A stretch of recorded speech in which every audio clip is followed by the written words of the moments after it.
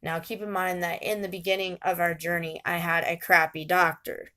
He was really crappy. He did not listen to my concerns. He did not listen to what I was trying to tell him.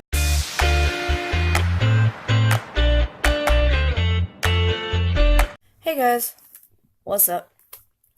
Now that Vlogmas is over, I have a little bit more time to do this video, and this has went through my brain like 1,000 different times on how to do this. And this is going to be about my son and his journey to his diagnoses. And I guess the only way to start this video is from the beginning, basically when I was pregnant. So, when I was pregnant, I was 6 months pregnant, and his father kind of abandoned us, and he ended up going with my ex-friend. Then later, she did find me for some reason to prove to me that he was the father of her child too. So my son and this kid are like 5 months apart. And then I was on anti-seizure medicine around this time. And even back then, I still knew Tim. We just didn't get together until later. So, he wasn't around to like 18 months. And I was on anti-seizure meds, and the doctor said that it was fine. There was no like evidence that this medicine will do so and so to the child and that he'll be fine. Well, let's fast forward. I had a baby, right? Well, he came out a little screwy from the moment he was born. He would not eat. So we stayed there for a few extra days in the hospital. And then he still wouldn't eat, so he ended up in ICU. And we were only there for one day, because at this point they finally decided to circumcise him. I can't remember why they didn't circumcise him in the beginning, but I don't know. Then they ended up circumcising him when we went to ICU. Anyways, he got circumcised, and then he started eating, so we were able to go home. They told us through that whole process, though, that my medicine got into his system, and that he should be fine, and it should just flush out, but that's the whole reason he wasn't eating. So I take him home, and he is colicky. Like, once he went off that onto the regular formula that they try to make the babies have here, which is Similac Advance. I don't know how it works in other states, but I went through it, and the main source of formula that they give the child is Similac Advance. And both my kids have had a problem with this. Well, he started getting sick. He started puking everything up. He started having the crapsy, topsy, turvsies everywhere. And then he freaking would not stop screaming. He was a very unhappy baby. And no matter what I did, I could not get this child to eat or be quiet. So, my friend ended up getting him a certain type of bottle, and that's the only way I could get him eat. It was that certain type of bottle. And then he ended up on that certain type of sippies, and that's how I got him to drink that way. He ended up having like, not an allergen, but he was very sensitive to the Similac Advance. And I fought hard to get him what he needed through WIC, but as poor as I was, I still made sure he ate, even if that made me not be able to eat. So half of his formula came out of pocket.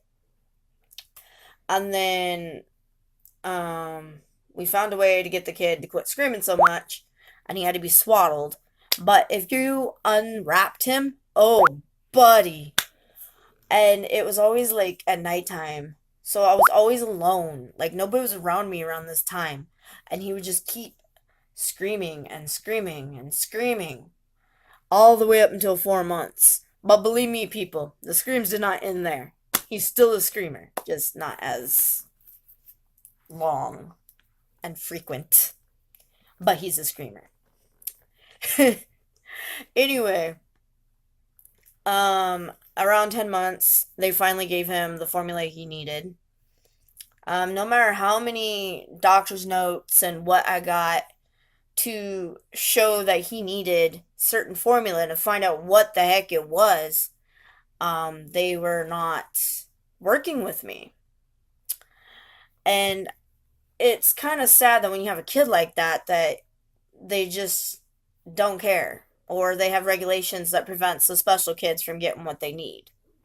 And it was very annoying. So for 2 months, they provided him that. And then he went to soy milk. But eventually he was able to get on regular milk. So he can drink regular milk just fine now. But it was a process. And he probably didn't drink regular milk until he was like 2. That was that long of a process. He still prefers the soy milk and stuff over regular milk. Um, I don't know, or he'll drink chocolate milk, almost everything but white regular milk now. And I think it had to do with that. And I can't drive. And one time, let me tell you, it was an explosion everywhere, and we were at the bus stop. It's all over me, all over him, and freaking. I didn't have an extra pair of pants, but it was warm, so he was able to be in his diaper. He's probably 6, 7 months old. I didn't have a change of clothes though. Ain't that nice? Um, let's see. Then he he started being an early walker around 9.5 months. And his head, from looking back on the videos, his head looks normal. Okay, well, our journey started about 9 months. Maybe a little sooner when I start thinking on things that had happened when he was a baby that weren't quite there, but I didn't realize it till later. Anyways, he started walking at 9.5 months, and he only crawled for maybe a month or two, so he kind of passed that whole stage. And he started putting toy cups on his feet. I'm just like, eh? I don't get it, kid. What's with that? And he's been a tiptoe walker ever since. Um, I had to hide the cups for a while. Now he's starting to do it again, so it's like a sensory issue, I guess. Well, once he started walking, he started falling. Like he just fall. I don't know how. He'd be sitting on the bed right here, and no lie, he did a roly poly in the air and ended up clear up there. I just don't get it. Well, freaking, then as he got older, I noticed his legs started like doing this, like he was having a seizure and then he would just fall, and he wouldn't respond to what you were saying. Uh, so we ended up getting him tested for seizures, and he was in the hospital for 3 days. No activity came up, and they said that it could be a behavioral thing, but I didn't know what behavioral thing was until now, and it is a behavioral thing, but it's like nothing he can control, which is sad. He started doing a lot of stemming. He started going circles. He started doing a lot of vocal stemming. Um, he started lining up his toys oddly. And he like got mad when they wouldn't be a certain way. And half the time they're like on edges of things, and you get mad if they fell off. And then there was times where he would hang all his toys on like the piece that's on the drawer, on that onto on the dresser, and he played with his toys in the same way. Kids seemed to scare him. He did not want anything to do with kids. He started isolating himself. He could not stand crowds, certain noises. He always flicked and hid his ears. He did act deaf once upon a time, but it turned out that he was temporary deaf and he had to have tubes in his ears. I can't remember what age he was because that feels like that was last year. So he would have been 2. Yeah, he would have been 2 when he got tubes in his ears, and he can hear now. But he still is kind of disconnected, I guess you could say. And he's still in his own little world and does his own thing. He also made me get up, down, up, down, up, down, up, down. Oh my God. And then when he was tired, he would go in circles, and then he'd make me go in circles with him. But the thing is, he actually was quite independent and wanted to be on his own when he was 9 months to uh, 18 months, maybe a little older, and then he regressed. So now he needs help with like everything almost, and needs me in every room, even though he'll ignore me and do his own thing. When he's tired, he does make me go in circles with him. That's always fun. He's always had an obsession with doors and light switches. Um, so he was, it was right before he turned 2 and he had the EEGs done. And then he finally got recommended to a developmental pediatrician, and we went in there and he was diagnosed with microcephaly like on the spot. He's like, your kid's head is small. I don't know if they never told you that. And I'm like, yeah, I knew it was small, but he's a small kid. And then as I look back on him aging up, it does look like he started with a normal head and then it quit growing at some point in time. I don't know when, but I could be wrong. Which means if that was the case, it'd be acquired from something. I don't know what. But I feel like it happened because my anti seizure meds got into his system. And sorry, I'm all over the place. Like, there's just been a lot going on with him up until this point. And basically, um, microcephaly is where your brain like quits developing normally, and therefore you get a small brain that makes a small head. And some kids, their brains just quit developing altogether. His is still growing, just very slowly. Now, when I found out he had microcephaly, I did so much research. I like researched and researched and researched, trying to find out all I could know about it because they never really told me what it was. All the doctors tell you is it means a small head because apparently people can have it, nothing be wrong with them, but there's a lot much more that goes into it.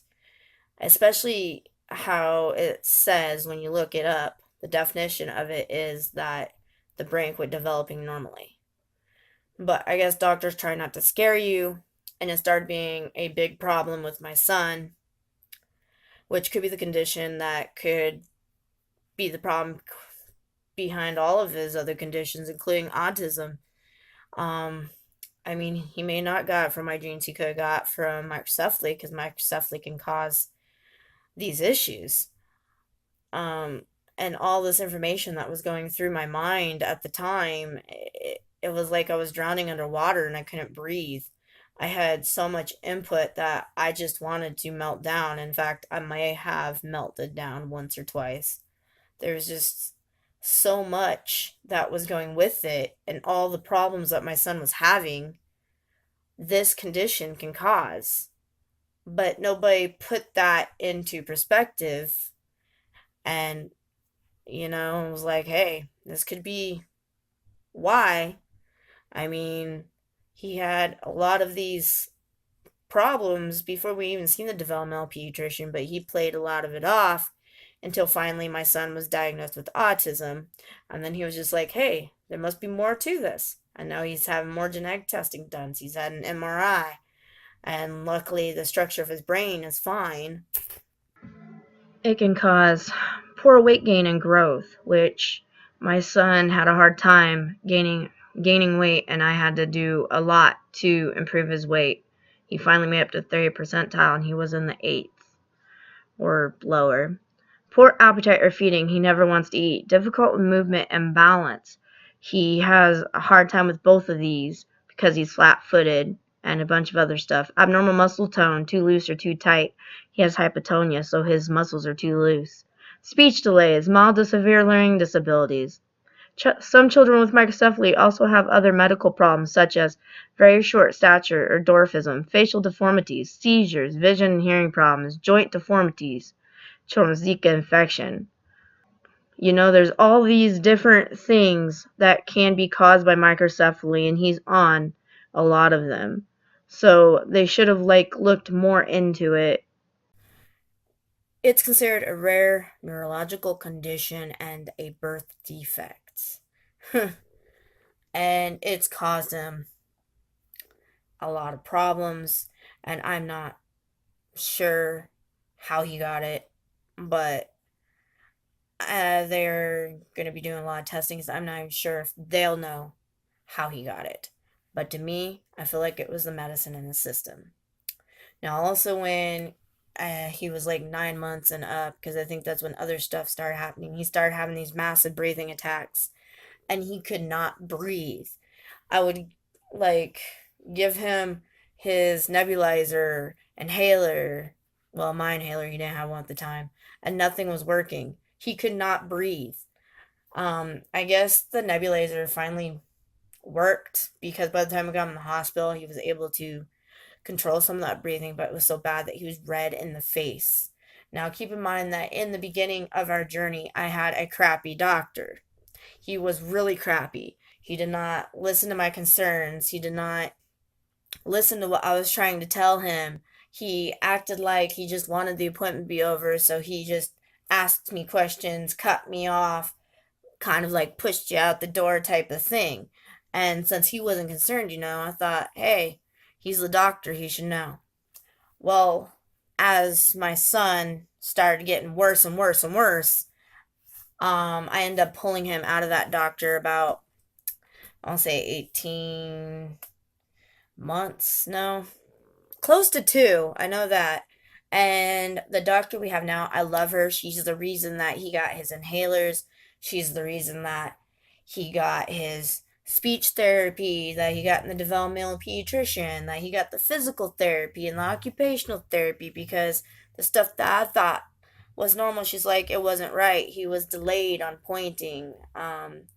He was not really saying anything at all except for hi and bye. And he was like close to 2 at this point. And she said after he was diagnosed with autism that she kind of figured he had it from just being around him. And I didn't know she believed me at the time. She was pretty chill about it. And she holds a conversation with me and listens to my concerns. And because of her and the help that she has given him, he can now breathe normally and has been controlled since he's been on a steroid. I believe that physical therapy actually has been strengthening him a little bit because he's not falling down as much. I think occupational therapy has helped him with some of his sensory issues. I mean, he has come a long way, even though you can't tell because he still doesn't say a whole lot and stuff. But he has come a long ways from what he was because he can say a little more. Like I say, he can walk without falling. He still falls, don't get me wrong. Um, he's coming a little bit more with the sensory wise. Um, his progress is just slow. So I don't know how well he'll be by the time he's 4 years old, and but he's making some progress. And because of his microcephaly, I have no idea what his future's gonna hold because it's what's causing him all his issues. I don't know if he'll get more severe as he goes on in autism, which I hope not, or any other condition. I don't know if any other disabilities will pop up. I don't know if he's gonna have any other problems outside of the problems he has. I just don't know how it's going to affect him because of his microcephaly. And he just keeps, he was getting like worse and worse and worse until he was in some therapies. And in some level, he's still kind of getting bad, but he's also getting better in other levels, if that makes sense. He's Microcephaly is some of them you can tell because they'll have like the backwards forehead or whatever. And a lot of the times when microcephaly comes, there's other diagnoses. Now, his head looks somewhat normal, but when he's around his peers, it looks smaller. But the thing is, it's not really in the front, it's in the back. Because somewhere along the line, his head is flat. Now, I remember them telling me a long time ago that if I didn't do tummy time with him, his head would be flat. But little did they know, because I didn't even think of it as tummy time at the time, he was doing tummy time because he was always on me, on his stomach, because he was so colicky. But I didn't know they considered that tummy time at the time. Duh. So I'm like, we don't do much tummy time because he doesn't like to be on his tummy. But he was on his tummy. I think the only time he was on his back was when I had to feed him because I was so weak for some reason for like months after having him. But I also had a third-degree tear, so I wasn't doing so hot. But he would be in his car seat, and that's how I would feed him. But outside of that, he would always be on my tummy. And then, even as a baby, because this scared me, when he was first brought home, he would go to his side. I couldn't get him to stay on his back for nothing. He just wanted to lie on his side. I've never seen a baby roll over their side to sleep before they even learn to roll over. Ain't that something? Anyways, this is more about his microcephaly journey. But after he was at 3, he was actually diagnosed with autism. But none of the doctors believed me, including the developmental pediatrician. So I actually had to go outside of everybody and to a psychologist. And he was diagnosed with level 2 autism, and he needs substantial support. He is still a screamer, but he gets frustrated easily, and then when he has meltdowns, he screams and screams and screams. Anyways, I hope this made sense. Um, Give this a thumbs up so I know if you guys like this or not and what other type of videos to do. And thanks for watching. Bye, guys.